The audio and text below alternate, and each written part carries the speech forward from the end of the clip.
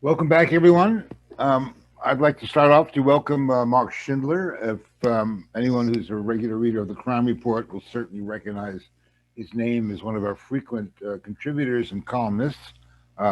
Marc is executive director of the Justice Policy Institute, and he's going to be serving as a discussion leader for our next session, which will be, we've called um, uh, Can We Stop Locking Up Our Kids? Again, we're tracking the movement for youth incarceration. So, um, Marc, over to you. I'll take it. I'll give you the gavel Great.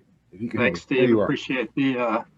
Appreciate the opportunity to participate today. Just with, I guess, doing some moderation and presenting, which is I'm looking forward to a great discussion with my colleague Tyrone Walker and Jessica Feierman from the Juvenile Law Center, who I'll introduce just momentarily. But thanks, Steve, for the opportunity to participate, and also for all the journalists who are participating, I guess, from around the country. Sorry we're not all together, and hope everybody is safe and well.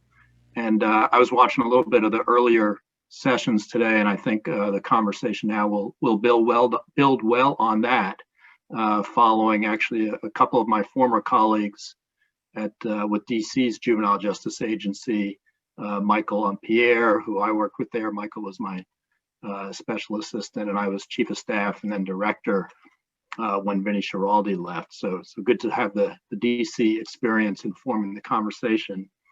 And this conversation that we're going to engage in, I think, will be terrific, talking about the overuse of incarceration, what's the impact, what's the alternatives that we can talk about, and also some ways to think about advocacy and how to influence these issues.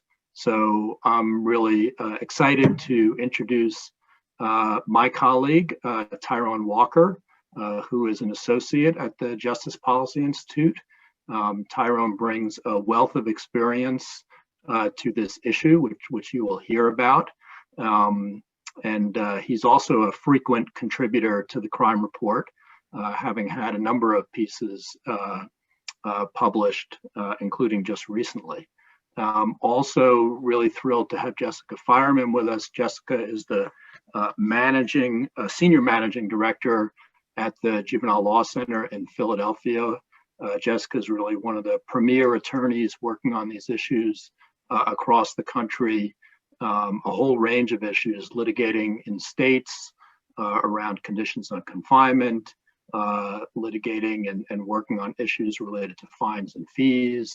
And so I think you'll hear an interesting perspective from her as well. So I think we're going to jump right in. The way we're going to sort of structure the conversation is starting off with Tyrone, who will share some of his perspective. I'll talk about some of the findings in some recent reports that JPI has issued. And then Jessica is going to close us out, at least for the presentation, short presentations, talking about sort of how to get to a fair and equitable system, and thinking about some of the legal strategies that Juvenile Law Center and others have employed. So we'll do that relatively quickly, and then obviously look forward to your questions and discussion. And so first I want to turn it over to my colleague Tyrone Walker, and let Tyrone talk a little bit and provide his perspective on the experience of youth incarceration, as well as, Tyrone, some of your thinking on what types of policies and programs we should be thinking about, as opposed to automatically sending kids into locked cells, just to start kicking us off. So with that, I'll turn it over to Tyrone, and we'll start the conversation. Oh, thank you, Marc. Well, the first thing came to my mind was my first experience with the juvenile justice system. I was removed from my home, even though I was young. I was having some troubles. It was a single parent home. My father was in and out of the justice system. My mother was in and out of the justice system, and I just so happens to running to the justice system as a very, very young child. And what struck me is that the government knew that both of my parents were just as involved. They chose to still remove me from the home and place me at first in a shelter home. And the first night at the shelter home, it was a fight. You know, it was just a bunch of young men trying to prove their testosterone, right? Then I left there, and then they locked me up. They placed me in the receiving home. And I stayed in the receiving home for like 6 months, but within my first month, I realized that I made a fatal mistake because I've never experienced anything like that. So I was trying to cope. And my only way of coping is to convince myself that being incarcerated wasn't that bad. And that kind of sent me into a different place in my life. All my dreams and aspirations that I thought I wanted to do in my life had completely went down the drain, because by that time I kind of like understood that, hey, this is all that they'll do is just put us in the cell. And moving fast forward, you're looking at some of the things, or a lot of things, that need to be changed. It's like placing children in what we call cages today. Instead of being methodical about their lives and creating situations where they can be better. See, the government already know a lot of things about our youth when they enter the system. They know their history, they know their background, they know the circumstances around their life from the time of their birth, because they're still young. Instead of policies being created to say, hey, I see what's going on in this young child's life, whether he's been molested, whether he's been physically abused, verbally abused, emotionally abused, and apply the treatments that's needed for that young person's life right there. They don't do that. They place us in cells. And so we need to have policies in place that will help inform, not only from a government standpoint, but we need to have more say-so in the communities. Like, we need to have these programs in the community, and it should be say in the community about what should happen to this child. Because oftentimes, once you're in the system determines, which is the government is determined what happens to that child. And there's no input from the community. So we need to have all hands on deck, starting in the community and having these programs in the community so we can help stir these youth from these systems. Because we only look at them as what? Delinquent behaviors, not criminal behaviors. And so once we start doing that and having all the right things in place out in the community first, and then moving gradually moving away completely from locking children up in cages, we'll have a much better system. Tyrone, I really appreciate you sharing that perspective. You mentioned the receiving home in DC, which that I think is the name of the youth detention center, right? The sort of the pretrial, the equivalent of the jail in DC. I understand you also spent some time at the Oak Hill facility, which is the equivalent of the youth prison. Actually, that prior speaker, Vinnie Schiraldi, was the director over that facility, as was I, many, many years after you were there. You were there in the early 90s, I guess. Can you talk a little bit about the conditions that kids see in a youth prison these days? And because I know Jessica's going to talk a little bit about some of the work that the Juvenile Law Center does to address some of those issues around the country. But I'm guessing that most of the journalists who are participating today may not have visited a youth prison. And so can you give them a little bit of just a sense of, as a young teenager, what were the conditions and what was it like to be at Oak Hill back in the 90s? Thank you, Marc, for even bringing that up. You really brought back some memories. Well, I apologize if they're not good memories. So because Oak Hill similarly resembled the jail when I was at the jail in the 90s also. The adult jail. Yes, the adult jail.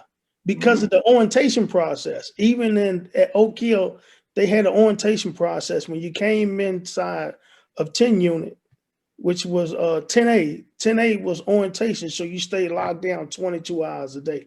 You got 2 hours of rest. And you stayed there for about 3-4 days, which is similar to the jails, DC jails practice even today. Yeah. You go in and you wait.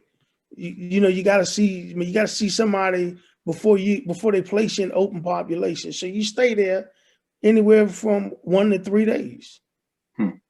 And even with that experience at Oak Hill at a juvenile facility, it was very different. You fighting over the showers, you fighting over clothes, and they gave all of us clothes, but sometimes, people just want extra stuff. Right. And then you fighting, and at that time you was allowed to order $15 a week in commissary. Right. And you can imagine that so many of us didn't have commissary. You was able to order oatmeal cream pies and nutty bars, and what you didn't want to participate in eating those sweets. And so you had a lot of theft going on. You had a lot of fights going on behind them. And you had guys even during those times, guys were stealing bones out of the kitchen because you didn't have sharp weapons then. They were stealing bones from the chicken to sharpen them up to create a weapon. Wow.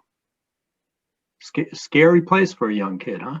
Yes. It was bar wires. That was the first time I had been there. It was bar wires everywhere. And it's similar, remember, even when I was at Aquan, that's what I seen, bar wires everywhere. And I thought back like, wow, this is the same experience, even from a juvenile facility. Interesting. Okay, we'll come back. I'm guessing that there may be some questions from the journalists for you on a number of things that you've just discussed, including potentially the conditions.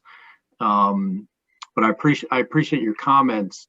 I want to just, before I turn it to Jessica, just talk for a few minutes about some findings from some recent JPI research, which I see has been dropped into the chat. So a couple of reports that we've released that I wanted to just give some highlights from as part of the conversation. And so this past summer, just a couple months ago, we released a report on the cost of youth incarceration across the country. This is an update of a report that we did in 2014. You heard a little bit about the conditions that Tyrone talked about, and we would think, boy, if those places are dangerous and I know crowded, not providing very good programs, I guess we're not spending too much money on them. Well, the opposite is the true. So is the fact. So when we released our cost of incarceration report called Sticker Shock in 2014, we looked at data from approximately 33 states and the District of Columbia. And at that time in 2014, the average cost of incarceration to lock up one young person for a year across the country was $150,000. $150,000. And it was as high as $352,000. That was at that time in 2014, New York State was the highest cost. Fast forward to this past year, we have seen a dramatic increase. And so the average cost in the latest report, 2020, is $214,000 a year, a 44% increase over an already astronomical cost. So $214,000 a year to lock up an individual young person. That most recent report surveyed 40 states. Surveyed 44 states, and 40 of those states cost at least $100,000. 12 states over $250,000. And again, the highest state, New York, again, with a cost of $892,000 a year. That's not a typo, and I didn't misspeak. $892,000 a year at New York's most expensive facility. We are talking about astronomical costs. If you go to our website, I know there are reporters from around the country.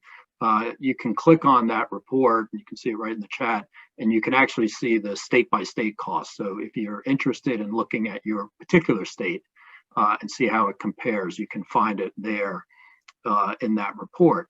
That compares with less expensive and more effective responses to youth crime that can be found in the community. You already heard from Michael and Pierre earlier today. I know you've heard from other speakers in the past. I know Nate Bayless spoke, and David Muhammad, who are also former colleagues of mine in DC. And so we have lots of evidence that shows that community-based programs are more effective.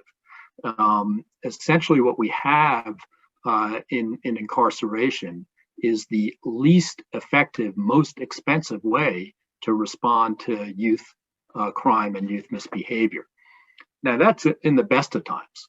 We have to think about this now in the context of COVID, where those youth prisons and youth detention centers are extremely dangerous in terms of the virus being able to spread, and also the fact that state budgets are really going to be challenged in the years coming. So it behooves us all to think about what is the most cost-effective way to respond to youth crime. Just a couple of quick points before I turn it over to Jessica. There is some good news in juvenile justice, which I think you've probably heard from some of the other speakers. Between 1997 and 2017, we've seen a 62% decline in the number of young people locked up in youth prisons. Unfortunately, during that time, and this is a huge issue that I'm sure we'll talk about, the racial disparities have increased during that time. And something we have to be very intentional about as we think about this, and as we think about, as Tyrone described, and probably could talk a lot more about, the negative impacts of incarceration. We have a number of recommendations in the report. You can see those online. You can imagine to some extent what they are.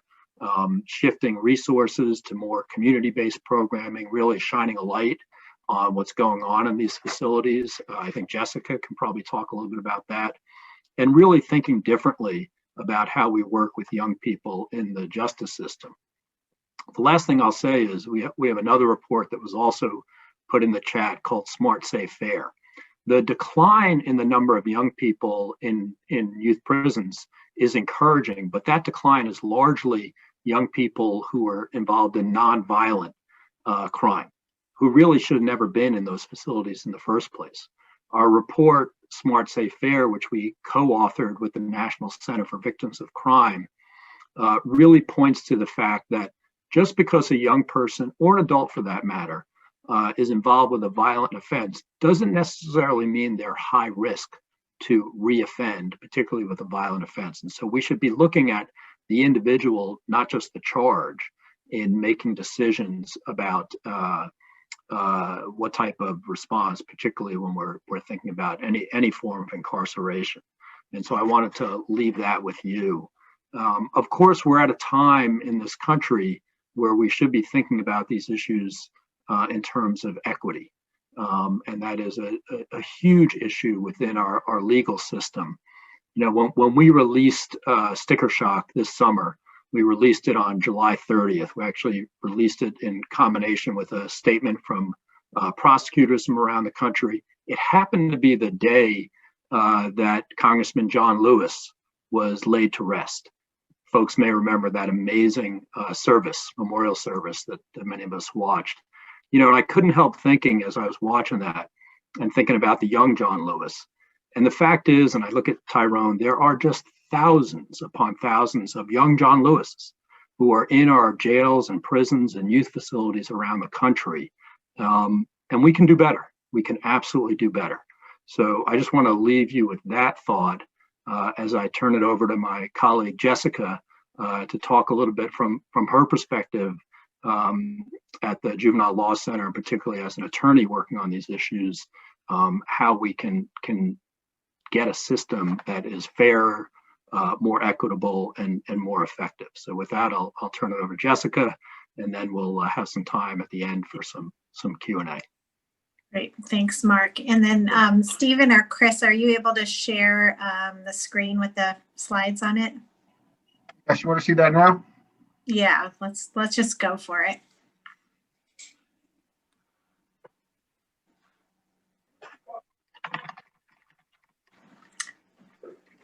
Thank you.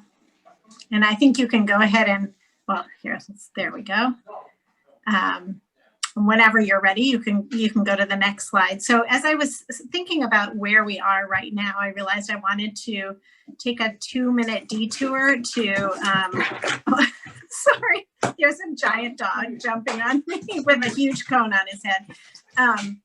I wanted to take a couple of minutes to talk about, oh my goodness, and that the kids are just coming home from quote unquote school. There's a lot of chaos in the house. That's okay. We're in a Zoom world. We're in a Zoom world. Anything can happen. Right. So I wanted to take just a couple of minutes to talk about the history. I think we've heard, Vinny mentioned earlier, and Marc just talked about some of the racial disparities, but I think it's worth taking a second to think about how these disparities are sort of baked into the system and the way we created it. So in 1899, we created the first juvenile court. The sort of typical story we tell about that court is that suddenly we wanted to think about the need of the child, not the deed, not what they did, and have sort of a kinder, gentler response to young people. But if you look even from the very get-go about the writing at that time, there was a lot about bringing young people, especially immigrants, into a court system where they would be placed with reputable citizens, or reputable citizens would file a report that would sort of move them out of their problematic situation and into something better. Even at that time, I think, as Vinny mentioned, the court was already kind of giving the best services to white youth. We can go to the next slide. If we can, there we go. So the next sort of era of reform in how we think about young people in the juvenile justice system through the law is the 1960s, which we think of as an era of constitutionalization. So this on the left there, you'll see Gerald Galt, so his In re Galt, a famous case establishing the right to counsel for young people in the juvenile system. So a moment when the court is saying, even in juvenile court, it may be more informal, but there are important due process rights. And on the other side, what you'll see is right around the same time, a group of girls who were protesting for civil rights and got locked up in a stockade. So again, this moment of progress in the juvenile court in some ways, but disparities deepening. And we can go to the next slide.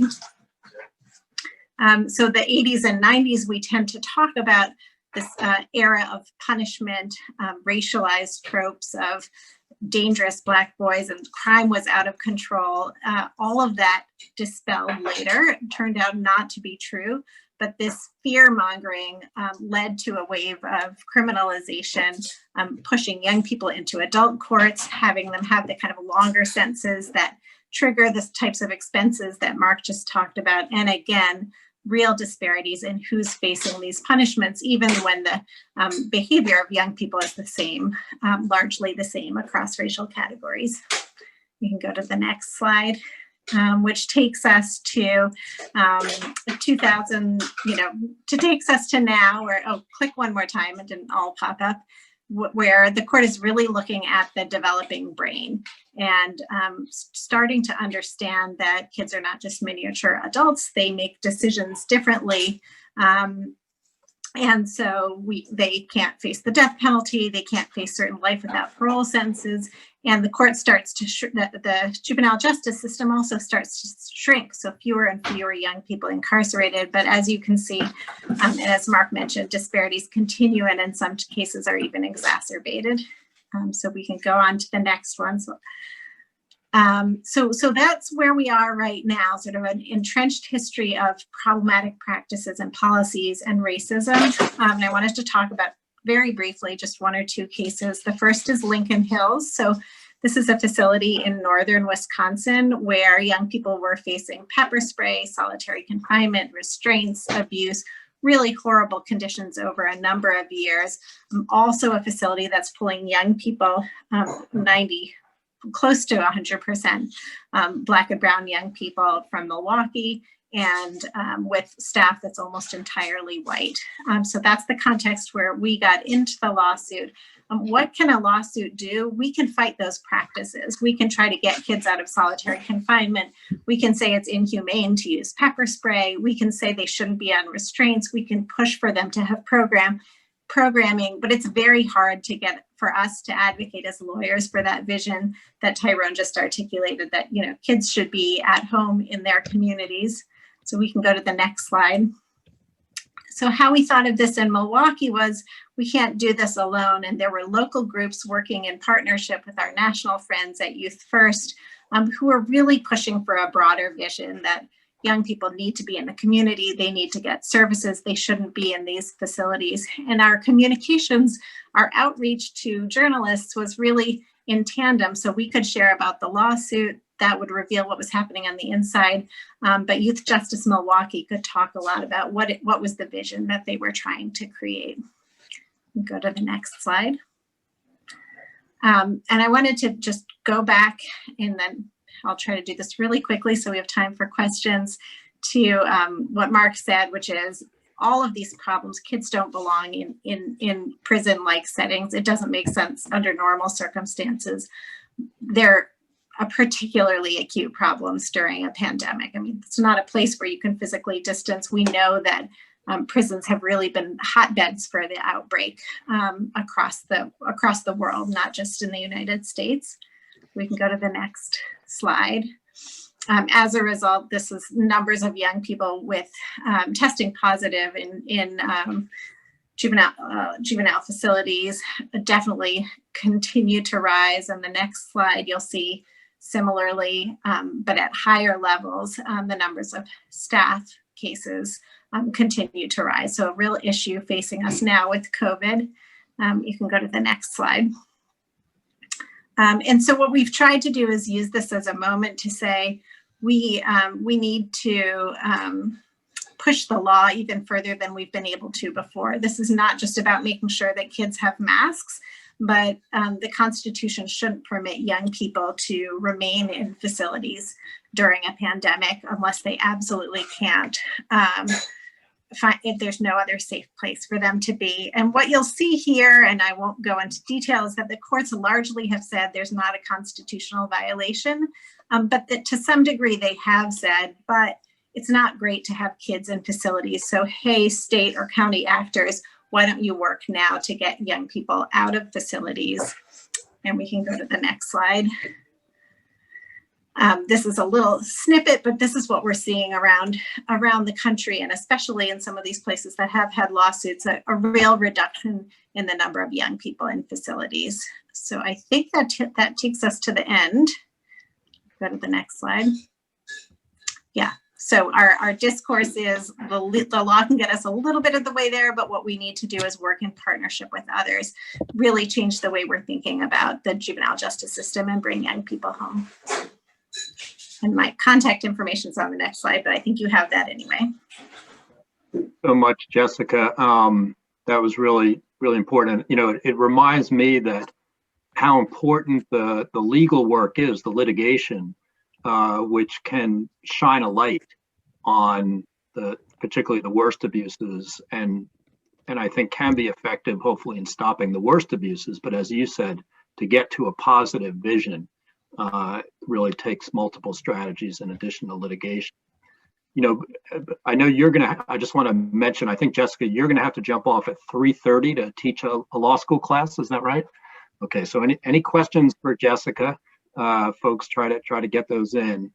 But I'll, I just want to throw a question quickly to Tyrone, maybe to open up the conversation. Tyrone, as Jessica was describing the situation in facilities, particularly during COVID, I saw you nodding your head, and it seemed like you thinking back probably.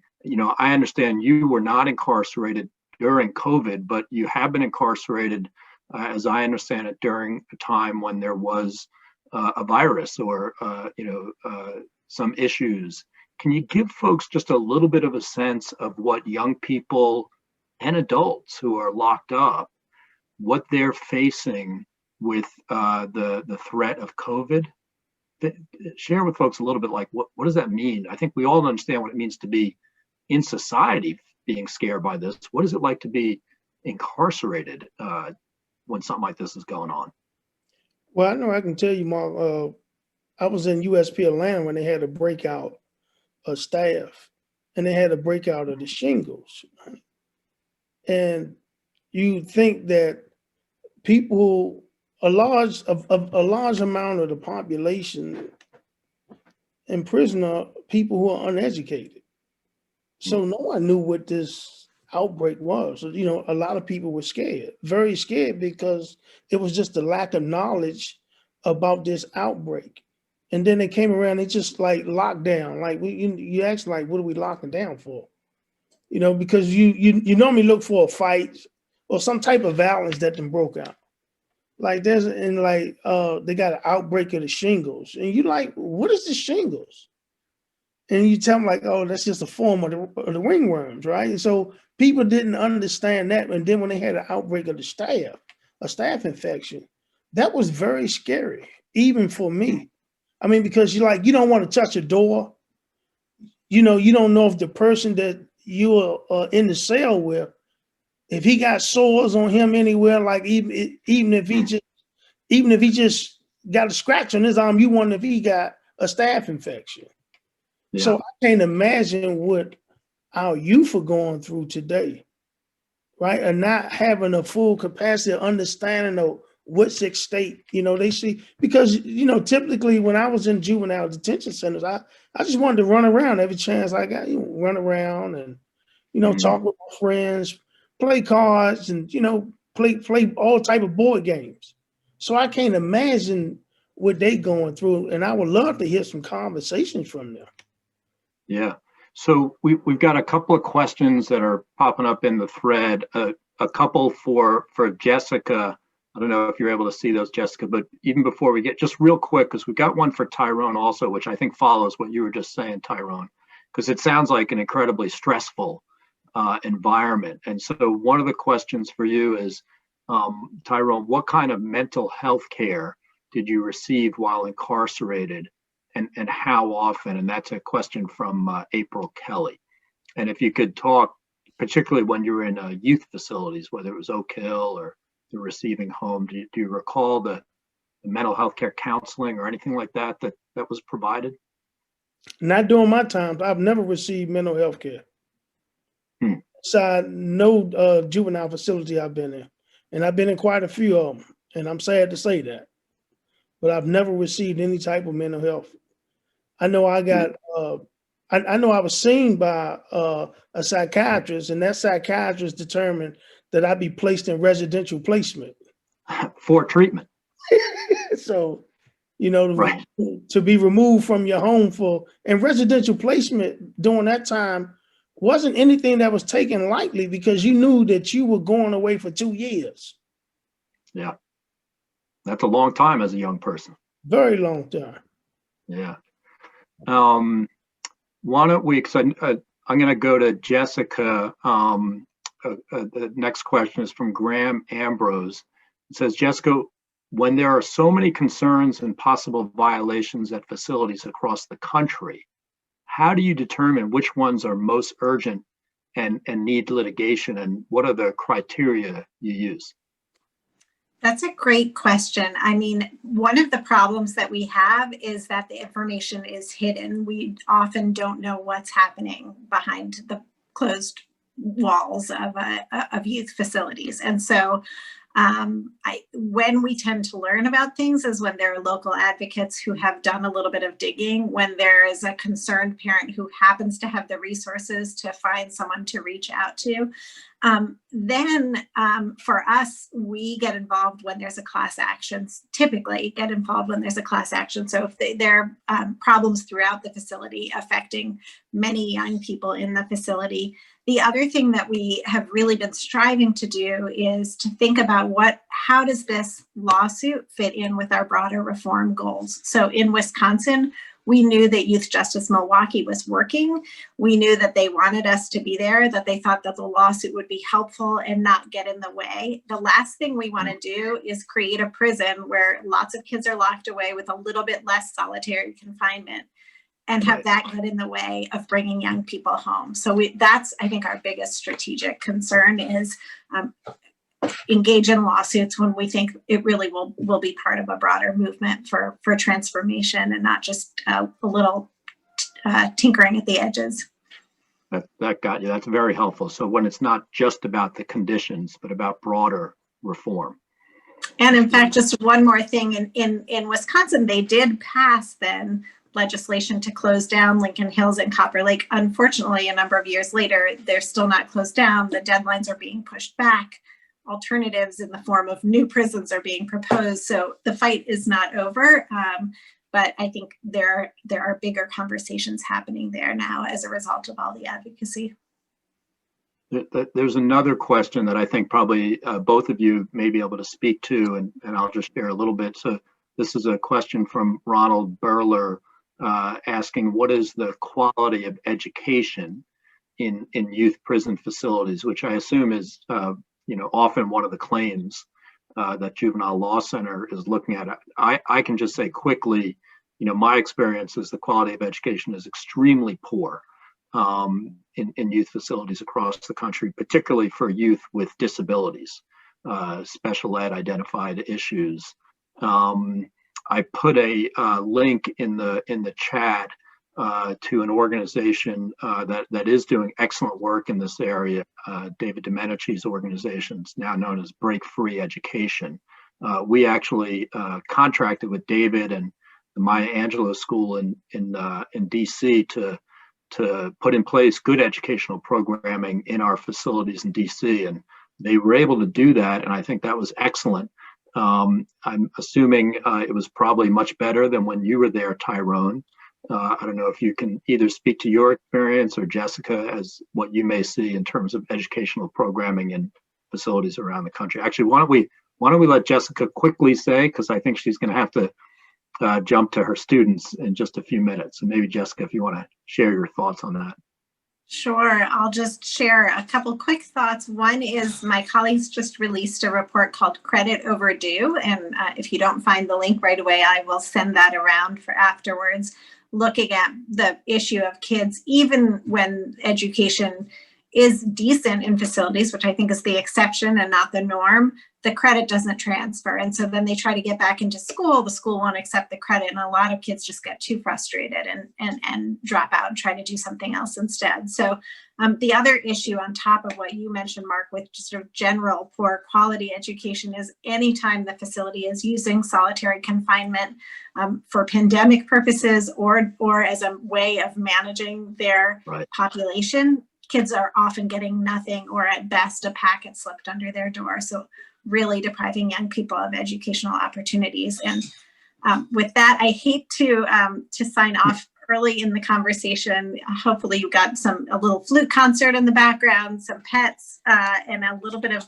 information. I'm happy to follow up afterwards with anyone by email or otherwise. And I really appreciate the chance to talk to all of you. Thanks for being with us, Jessica. And I'm sure there'll be some follow-up so folks know where to reach you. Sounds good. Sure. Why don't we, Tyrone, I want to go to you on that same question, including if you want to talk about the importance of education for folks who are incarcerated. I know you've had probably extreme experiences where I happen to know that at the youth facilities you were in when you were a child, that the educational programming was extremely poor.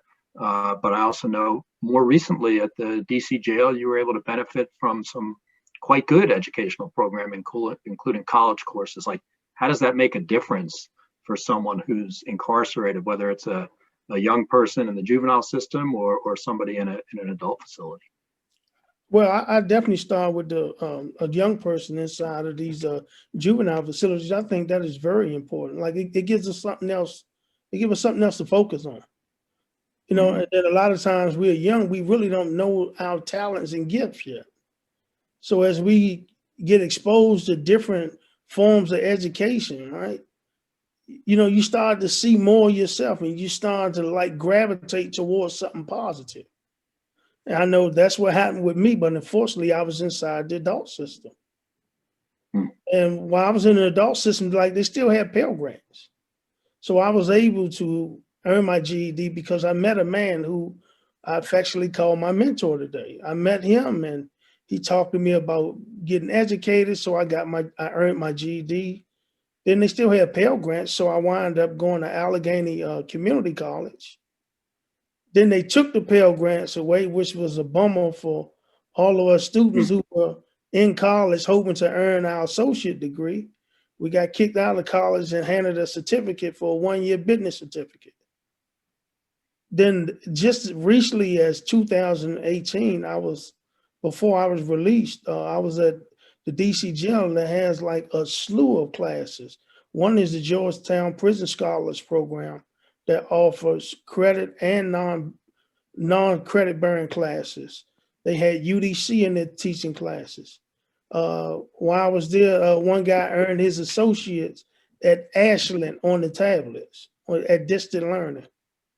And they have American University. They got so many, and they got DC public schools, which was like, I thought was resembling what I experienced at the receiving home in Oak Hill before you and Vinny and all y'all got rid of DC public schools in Oak Hill and brought in David Domenici Group.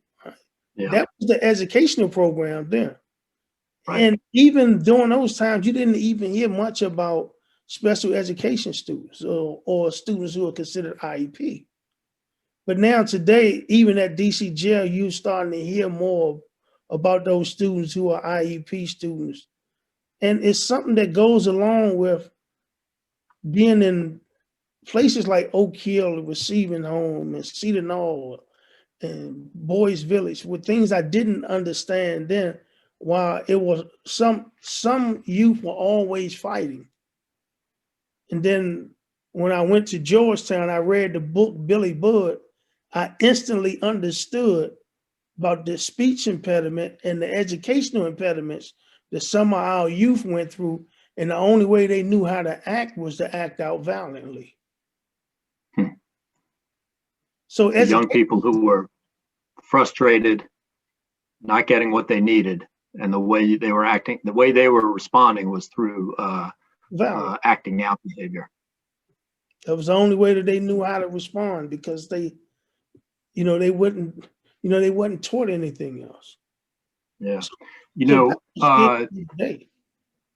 I don't know if you had a chance to hear it earlier today. Michael Lampierre gave a presentation to this group, and he was talking a lot about a move towards developmentally appropriate programming, age appropriate programming for young people. Just in the last couple minutes, Tyrone, I know you recently published a paper on emerging adults, young adults in the justice system, which really talks about building on the reforms in the juvenile justice system for young adults. Do you want to just say quickly what that's about, and maybe your experience as a mentor on an emerging adult unit? Well, that's exactly what we was developing, age appropriate programming. We had 6 mentors who on average had served 20 years a piece of incarceration. And we had 25 mentees, and we just had a different take on what it was going to take to help get these emerging adults over that hump of coming out of childhood into adulthood, right? They emerging out of it. And so we understood that we had some, what we call training, that they weren't privy to. And we understood that, hey, some of them, I think one of the most important things that we had decided to do was talk with leadership at the DC Department of Correction and have them to open up that unit, not only for those who only had 3 months left on their sentence, but those who were possibly going inside the Federal Bureau of Prison. We feel like we had more to give to them to teach them how to survive if they had to do a long prison term. And we knew that giving them those skills and we had a longer period of time to work with those individuals, that we were able to like instill things in them to tell them like, hey, these are the things you're going to have to look out for, right? And it's small things when you cross over into the adult system. Yeah. You know, you have people who got jobs, like that job, that person really cares. So, hey, you have to do certain things. And so that all that was age appropriate programming to teach that emerging adult how to be an adult. And the Mark, last thing, I think we're Mark, closing up here. Yeah. you have time for one quick question? You mentioned these astronomical sums it costs to incarcerate youth in the hundreds of thousands of dollars. My quick question is, who's getting that money? Was that going for services, or was that going for the people who are making money being in the system? That's a good question, Joe. And I'll refer folks back to our report, Sticker Shock. But it's, you know, most of these are by and large state-run, government-run facilities. So it's not like there's a profit being made. This is essentially money just being thrown down the toilet, if you will. This is taxpayer dollars that are going for at extraordinary cost to facilities that give us very, very poor outcomes. Interestingly, as I mentioned, the decline in the populations, right? We've seen the 62% decline over the years. In the 90s, early 2000s, we had very overcrowded facilities. The facilities are no longer overcrowded.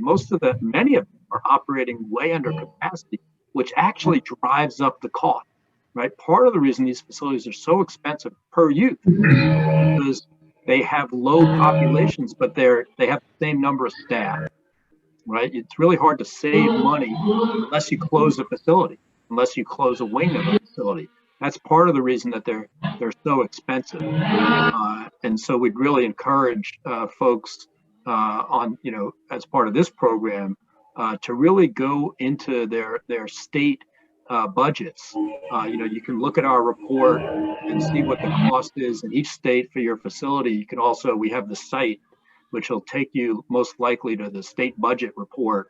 And I think it's really a ripe opportunity for journalists to ask tough questions about how public dollars are being used, particularly in the next couple of years. I mean, we're going to be facing just horrific budget situations, and I think it's little discussed. The hundreds of thousands of dollars a year, the millions of dollars for a total facility for the government to be spending in something that is completely ineffective. So I think it's really an area that's ripe for reform, and really ripe for some good investigative journalism. So thank you, Mark. That's a great actual way to close up, and it's a forbidding way to close up. That's a whole day in itself to talk about that. But I want to thank you, Mark and Tyrone. Special shout out to Tyrone, by the way. For those of you who aren't aware of the Young Men Emerging Unit at DC Jail, it's one of the remarkably innovative projects in youth justice over the last a couple of years, and it's really takes us into the next frontier, I guess, which is the word we're using for this webinar series of justice reform.